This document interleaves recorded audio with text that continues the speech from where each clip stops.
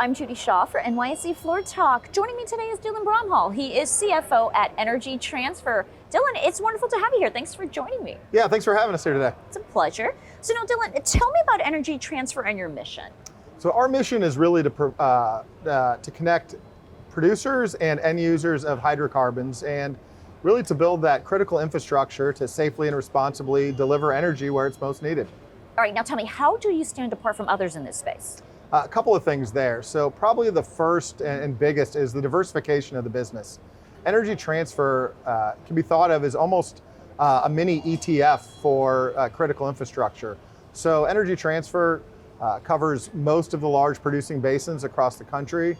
We cover a wide variety of hydrocarbon products from oil, natural gas liquids, and refined products.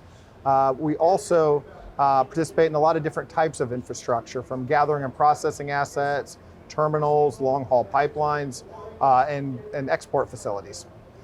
Secondly, one of the things that I think really separates us from the competition is the entrepreneurial spirit. We are a founder-led company, and we very much have a real entrepreneurial spirit, which allows us to be more innovative in our solutions for our customers. How that manifests itself is through things like repurposing existing pipelines that are underutilized or out of service, putting them in a different service. Maybe a natural gas pipeline is underutilized, we'll put that into crude oil service. We've also put natural gas liquids product into refined product service and turned the pipeline around to move product the other direction. And so these types of opportunities that we see out there in the marketplace are really a result of the entrepreneurial spirit that manifests itself from being a founder-led company. Now, what would you say are some of the significant changes you've seen in this space over the past few years? I think the last few years, probably the biggest thing that we've seen is a renewed focus on financial discipline. We're never going to lose the spirit of being a growth business.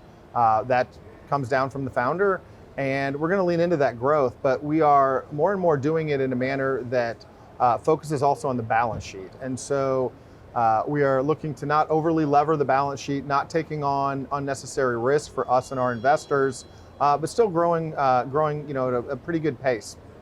Okay, and talk to me about some of your significant achievements in recent years. Yeah, recently we've had a couple really significant achievements, and those, not shockingly, are going to be around our growth. A couple big M&A deals that have been really beneficial. In 2021, we acquired Enable Midstream.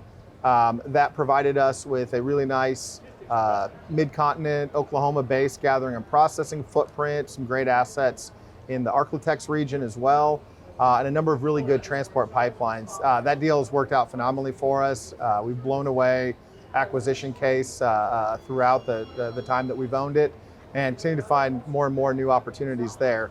The second one really comes off of Enable, and it was the Gulf Run pipeline that we recently put into service. Great pipeline project, utilizing existing pipeline that was running through North Louisiana, and then building down south to the Gulf Coast to supply gas from several regions to LNG facilities along the Gulf Coast, to provide just a nice supply source for them. Probably the final one is just the recently completed Lotus Midstream acquisition.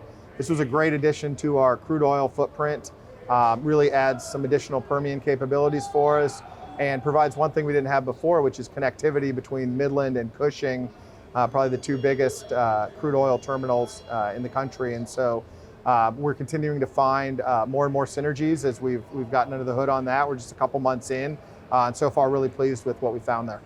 All right, Dylan, let's look to the future. Tell me, what are your priorities? Priorities for the future, pretty simple. We're going to continue working on that balance sheet. We're going to continue delevering. We have a 4 to 4.5 times debt to EBITDA target.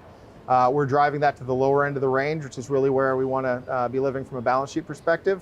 And then really, we've got a couple of really exciting opportunities that we're working on, longer term project development. They're in the early stage of development. We're working on some things in the petchem space, some things internationally in Panama, and then a potential LNG project. And so with those, we just want to continue to make progress, get at least one, if not a couple of those to FID, and really continue on with those projects, which we think is going to be the next big growth catalyst for the Energy Transfer story. All right. Well, Dylan, wonderful to have you here. Thanks for joining me on Floor Talk. Great. Thank you very much. I appreciate it.